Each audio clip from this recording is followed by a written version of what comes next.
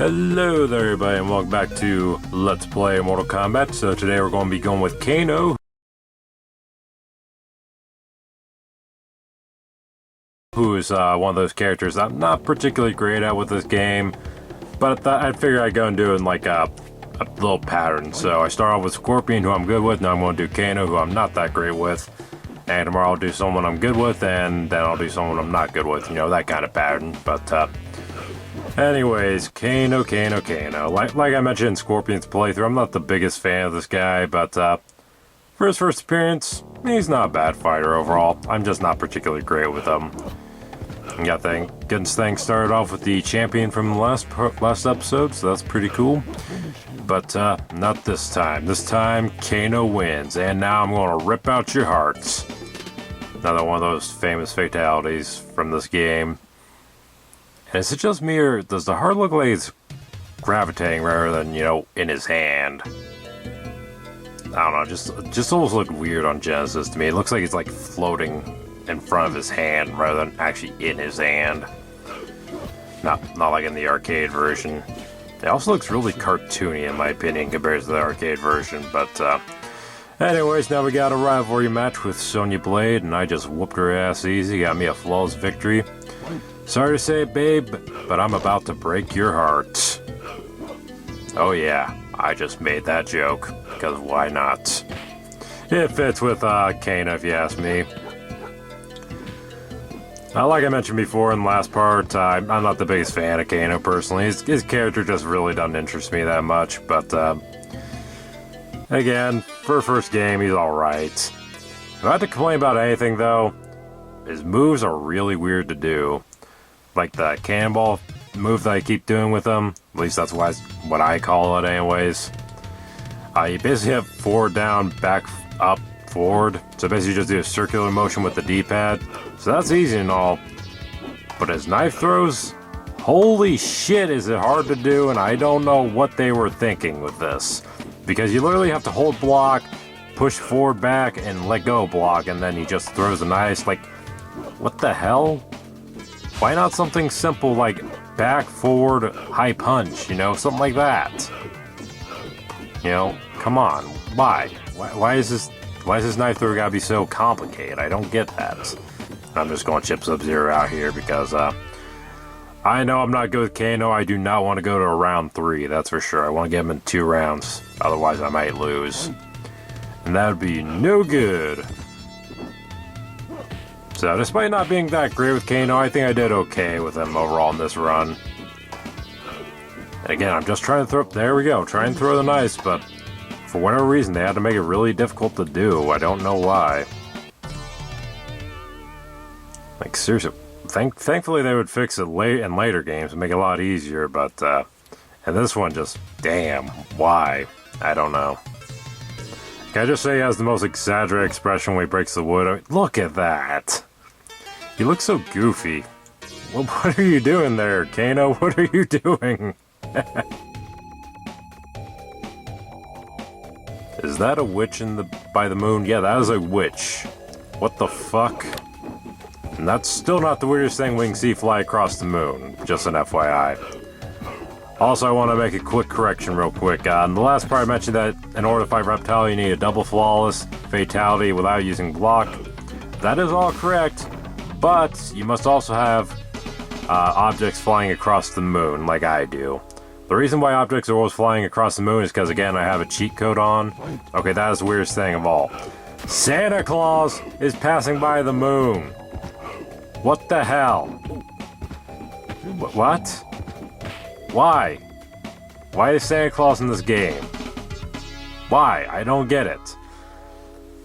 But anyways, the reason why objects are always flying across the moon is because I have a cheat code on, but let's say you're playing the arcade version. Well, that only happens randomly, or every, like, 7 games or something like that. I don't remember the exact standard to make it happen, but that's one of the other requirements you need to fight Reptile, so I just wanted to correct myself there. You can't just, you know, get the double flawless, no block, and, you know, fatality at the end. If there's no objects going across the moon, then you don't get to fight Reptile. Unless you're playing the Super Nintendo version, but why the hell would you ever play the Super Nintendo version to begin with? I mean, I know I said in the last part the Super Nintendo version is kind of crappy, and I stand by that. But I can certainly understand why some people might be nostalgic with it. But even so, I still say it's kind of crappy. I stand by that personally. It's a shame too, because the Super Nintendo version has much better graphics and sound, if you ask me. But unfortunately, it's lacking in the controls department. Honestly, if it wasn't for the controls, I'd probably play that version over this version, but alas, the controls suck. And for a fighting game, you really need good controls. That's just all there is to it. If you don't have good controls, then you're fucked. I wonder what's up with those eyes in the background. I never even addressed those in the last part. But yeah, there's eyes back there, and I wonder what they are. We may never know, though. We may never know. I think it was revealed in Shaolin Monks, but that game's not an actual sequel. That's a spin-off, and it's not canon to the actual series. So maybe it is what was in Goro's lair, whatever it was, but. I haven't played Shaolin Monks in so long, I don't even remember what it was. I think it was just enemies or something like that. Because Shaolin Monks was kind of a beat-em-up game. A fun one, though, if I say so myself. I definitely gotta play that again sometime. One other thing I should mention, too. I absolutely love Richard DeVizio, the guy who played Kano in this game. I don't know who I'd say my favorite of the actors is for Mortal Kombat 1 through 3. I think 4 as well. It's a tough pick, but I love those guys, seriously. They all seem like really cool people, but Rich in particular is really hilarious. Like, I remember I saw a video of him once in his MK3 Kano costume. He mentioned did an ad for a Kano Cola. I'm like, hell yeah, I'd buy that.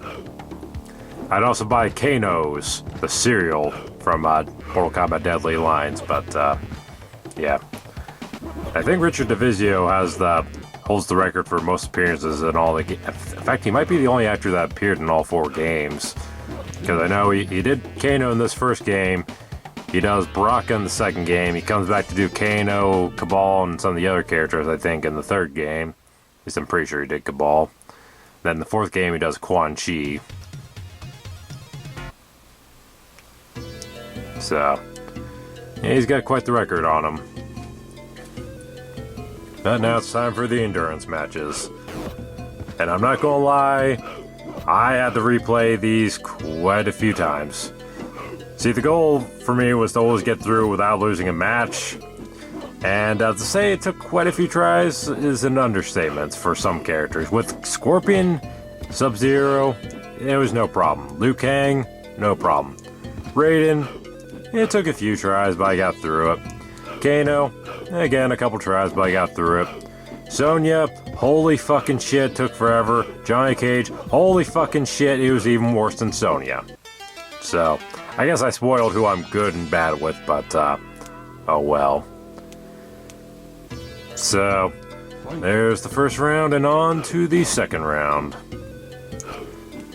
Can I just say the background on this version of the Mortal Kombat is kind of bland, too? Like, I remember in the arcade version, and even the Super Nintendo version, there's like clouds in the background that pass by and whatnot. It was pretty cool. Pretty cool effect, but here's just a blue sky, and it doesn't even look that great, if you ask me. It's just one solid blue. I mean, the statues and whatnot look just fine, but that's one thing I gotta admit. The Genesis is definitely lacking in the background department. But it makes up for it in the control and not the graphics, the control department, and the fact that it's uncensored too, so that's always a major plus. Since we're on the topic of censorship, though, I do gotta mention, in the Super Nintendo version, Kano's fatality is technically the same, but it is still censored. Since there's no blood in the Super Nintendo version at all, he rips out something, but it's not clear what it is. My personal guess, it's the sweat gland. It's the opponent's sweat gland because the gray dust is supposed to be sweat, I guess. And, yeah, I honestly think that's even more disgusting than blood, if I'm just gonna be honest. But that's just me. And I don't know how the hell Sony landed like that. That was weird. But one other thing I gotta mention about the Super Nintendo version 2, believe it or not, but the endings are actually really shitty in that version. Get this, in the Genesis version, you get the arcade pictures that were in the arcade game. Awesome, right? In the Super Nintendo version, your character just stands in front of their statue here at the Warrior Shrine, and that's it. The story scrolls up in text and it's really boring and lame. But you know what's really weird? Mortal Kombat 2 on Genesis would have your character stand in front of Shao Kahn's throne while the story scrolls up. And the Super Nintendo version would have the arcade pictures. It's like, they got them completely mixed up. What the hell? Why couldn't they do the arcade pictures in the Genesis version again? I don't know. And I did mention Shao Kahn. If you're wondering who that is, stick around for when we play MK2. Or just look it up if you want to spoil it. Or maybe you already know. I don't know. Feel free to let me know in the comments down below. If you're new here, feel free to let me know. If you're not new here, feel free to let me know.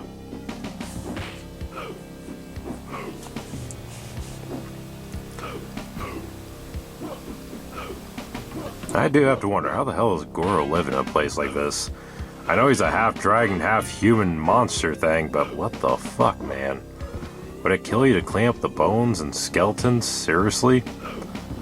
Like, is this supposed to intimidate me or gross me out? Because I can tell you now, it grosses me out, that's for sure. Like, seriously, man, have some pride. Clean up your damn lair. Or maybe that's statue pieces over there, I don't know. In fact, yeah, I think those are statue pieces. I think the only skeleton here is that one right there. Why is that even here? Why did you hang it up like that? Is it supposed to be a Halloween decoration, Goro? You are a very weird person. Well, you're not even a person. You're a Shokan, but you get the idea. You're a very weird one. Alright. Anyways. There we go. Hit the cannonball. Oh, I blocked it. That's one problem with the cannonball move, I gotta admit. It is unsafe on block, which really sucks. For anyone that's curious, when I say unsafe on block, that basically means if they block it, I'm fucked. Well, maybe not fucked, but I can take a hit. And I barely got Sub-Zero, man. That was close. Alright. On to Goro now. Is he actually going to put up a challenge this time, unlike with Scorpion? Because seriously, I beat his ass with Scorpion. Oh, shit. Maybe I shouldn't have spoken. Oh, crap, he's giving me the chest pound. Like, I couldn't even imagine how much that move would hurt in real life. Like, good lord. That looks so painful. Ah, shit. He beat my ass. Alright, no worries. I'll get him in the next 2 rounds, I'm sure. Oh, man. Just toss me around like I'm a WWE superstar. Man, that's fucked up. He's almost dead. Oh, no! Okay, I got him. Whew. Alright. Round 3.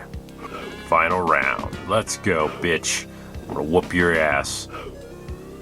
If you're wondering why I do these jumping high kicks, it seems to stun him. Like, I did demonstrate with Scorpion. You just give him a jumping high kick, and that seems to stun him, so you can hit him with, in this case, the cannonball or the spear or whatever. Doesn't work too great with every character, Sonya, but I do find it works pretty good with most of the characters. Speaking of Sonya, there she is. Oh, now we got Goro again. Throw me around again, you son of a bitch. Oh, what a jab. Damn. Knocked me flat, but now I knocked him flat. Hell yeah. You're going down, Shang Tsung. The leader of the Black Dragon will prevail.